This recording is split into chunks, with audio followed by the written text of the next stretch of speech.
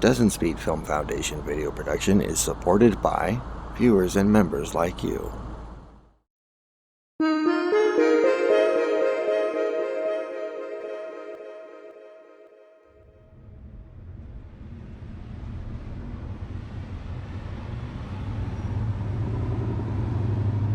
This video features a serious contender for being the brightest story in St. Louis retail in 2025. Despite all efforts to eradicate brick-and-mortar retail, new stores are opened all the time, even within the city limits, but not like this one.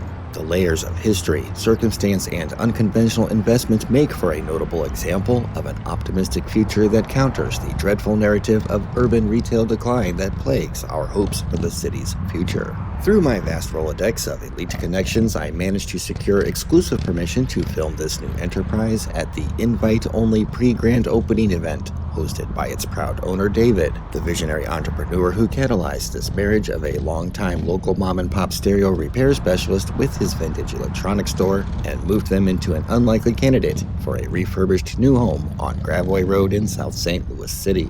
The building was home to a dry clean operation for decades, prior to an extensive and expensive makeover, but here it is, against all sensible advice and wisdom, a noble effort I tip my hat to. It's like of all the poor abandoned buildings with potential littering St. Louis, this one somehow became a little orphan Annie that won the Daddy Warbucks lottery. The result might be described as if Hi-Fi Fo Fum and Gateway Electronics had a kid and sent him to technical college. The showroom is full of home stereo equipment of nearly every vintage, and even a brand or two I had never heard of, neatly displayed in a new clean comfortable space with several museum pieces, probably meant to show off David's discerning taste. His Frenchtown audio store was originally located on South Broadway near the Soulard Market and not far from his other store, Frenchtown Antiques on Park Avenue.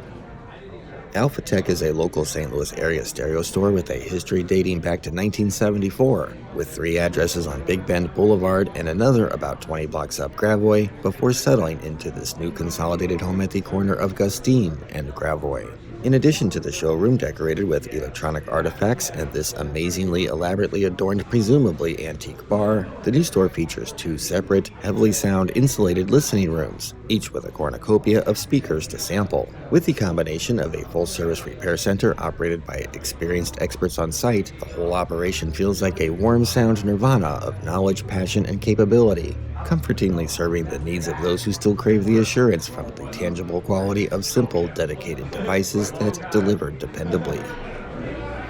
I'm Kevin from Alpha Tech Electronics, and I've been with the company over 20 years, and this is our humble shop here.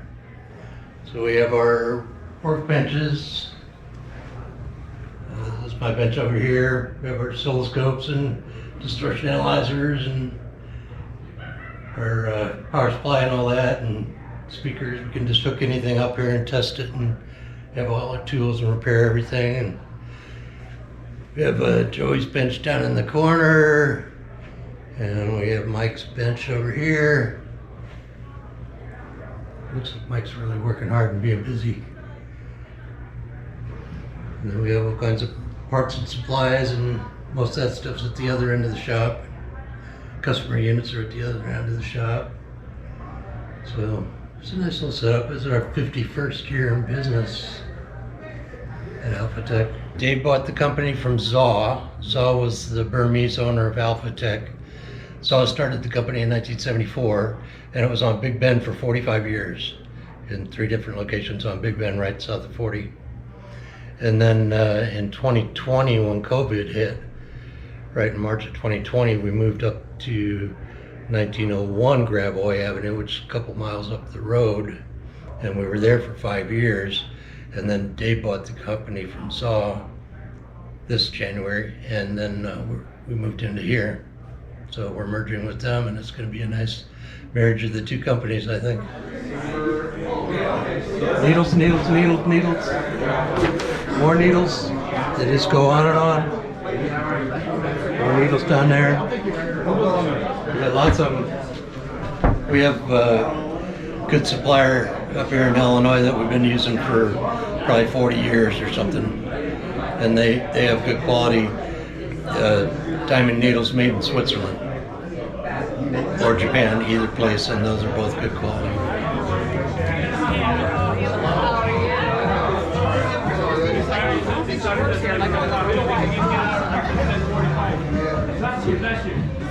More smiling faces I got today. Hey, buddy.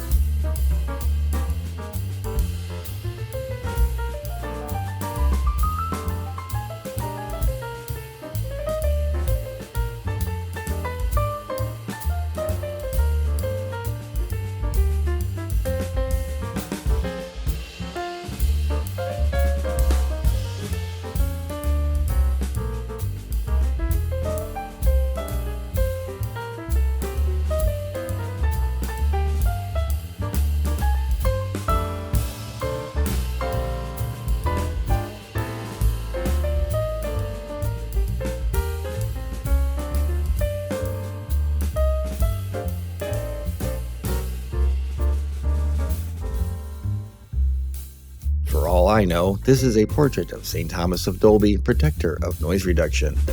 So let's hear what a random vintage stereo enthusiast has to say as an attempt to elevate the credibility of this video.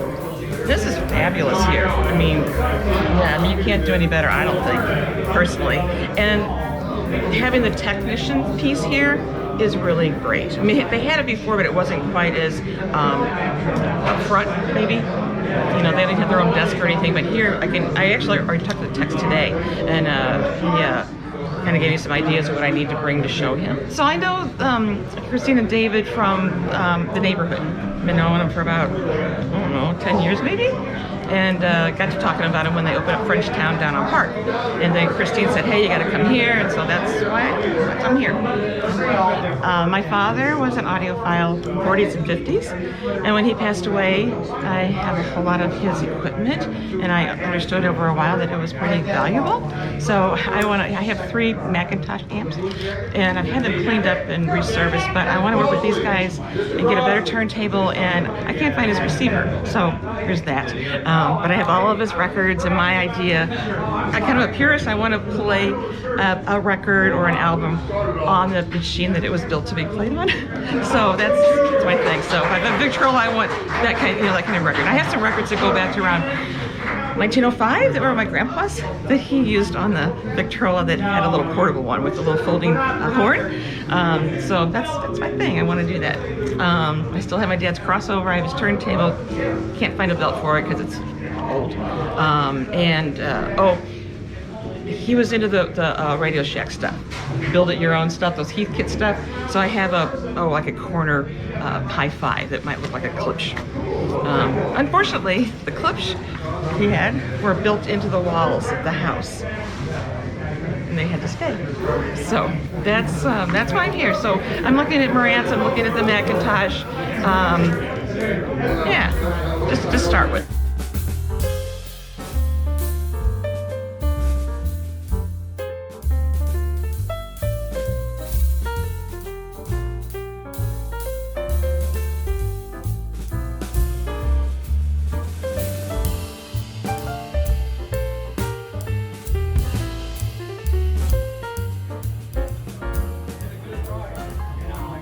In addition to putting out a decent spread, David demonstrates his enthusiasm for history and good music for his client friends in one of the sound rooms, with the help of some of the most amazing speakers I may have ever heard called Klipsch horns. We're going to demo the Klipsch horns if anybody wants to see them. Everyone was quite excited about them, and I could hear why. Partially because of this, and to look at them, I imagined they were probably designed and built in 1960s West Germany, cost the price of a new well-trimmed hatchback, and only 138 units were ever made. But after 147 agonizing seconds on the internet, I learned just exactly how wrong I had guessed, as Klipsch horns, made by the famous speaker maker Klipsch, founded by Paul Klipsch, were actually introduced in the 1940s, in Arkansas of all places, only cost as much as a base model certified pre-owned hatchback, and they have made countless numbers of them over 8 decades, which makes it the longest running production speaker of all time. I believe you could still buy new ones in 2025 for $7,500 each, which is a lot, but I'd argue about the best value for money when it comes to what you get, and I'm sure you can spend more for less. Okay, I got 2 impressive things. First one will be a vocal, okay?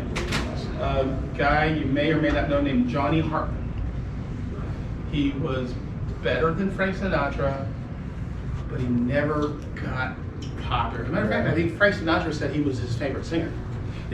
You know, they say in singing that you can teach everything but tone, right? You can't teach tone. This guy may have been one of the best, other than maybe Nat King Cole ever. But he was a little bit popular in jazz circles. Outside of jazz circles, nobody knows him. His name's Johnny Hartman. He's ridiculous. This just happens to be a remastered cut from, of all movies, The Bridges of Madison County. But the engineer on this CD just killed it. It sounds pretty good. Matter of fact, I'll go from the Klipsch horns all the way down to the Cornwalls too. All right. Woo! Not going to cost extra, is it? Yeah, well, once you hear the Klipsch horns, it kind of ruins you for some of these others. Aww. Not the first time that's happened. If about the way you walk and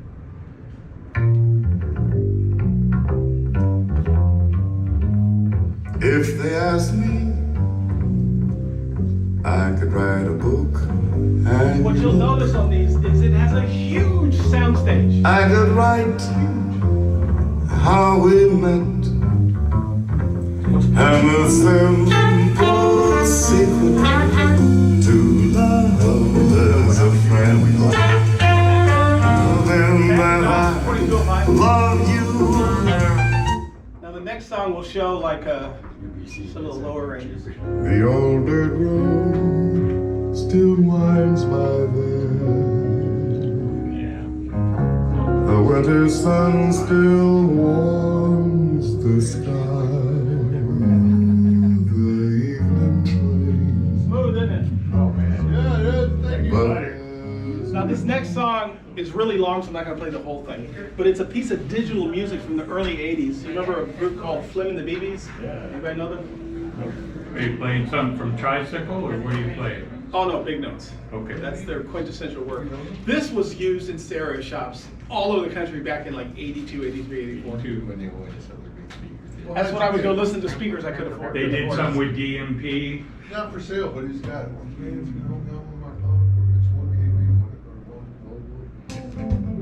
Right now, it turns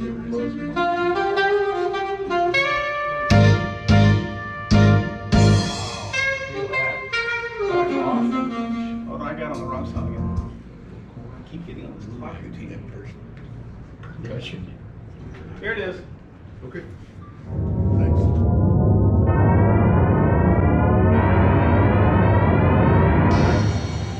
It reminds me like the Dolby THX when they did them.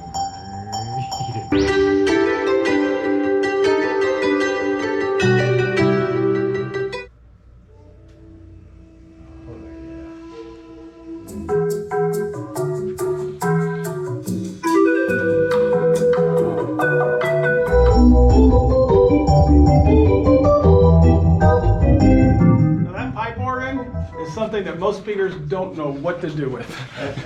I've heard that on different speakers and it's like, it doesn't do it. It has to have like an airiness, a wispiness to it that you hear in person, but very rarely can a speaker really pick that up right. But the Klipsch series does a good job with it because the horns do the heavy lifting.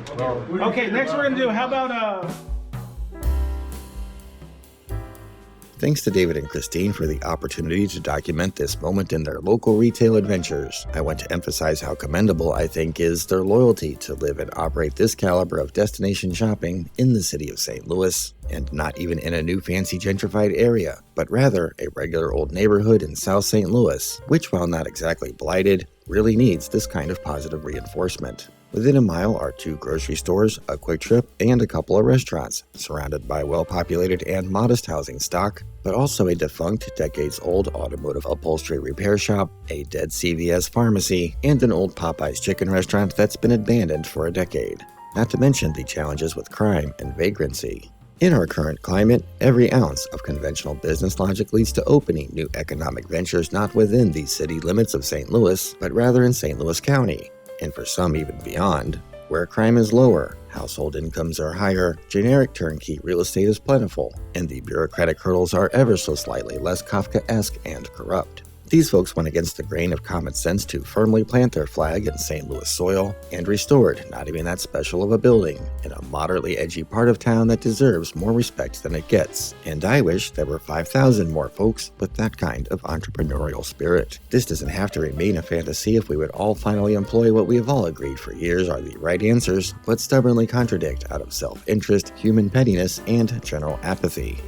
These days, stores like this are an endangered species, and while the market is niche, that only means it will draw visitors from farther away, importing tax dollars with them, arguably a major purpose of having a big centralized city in the first place. Beyond my standing encouragement to support small local business, consider the beneficial byproducts of opting for serviceable, and therefore more sustainable, vintage audio equipment that can create subsequent economic activity and positive environmental impact from using an existing built thing for a long time. This is coming from a guy using the same handed-down 1989 all-in-one combination home stereo to power 1990s Optimus speakers for the last 25 years. I thought I'd mention that in case you hadn't heard a good humble brag in a while. Then there's the matter of quality and serviceability that are virtually gone in a flooded market of cheap built-to-a-price goods that end up in a landfill quicker than the use-by date of a new disposable AA battery. How many cheap electronic devices have you trashed in your life because a critical piece broke prematurely or simply replaced it for a newer one? Have you ever put an aftermarket stereo in your car and been able to enjoy it more than 5 years? It's certainly possible, but not very common. Not that I've ever achieved that trophy myself personally. I'm just pondering and considering scopes of things in my little way.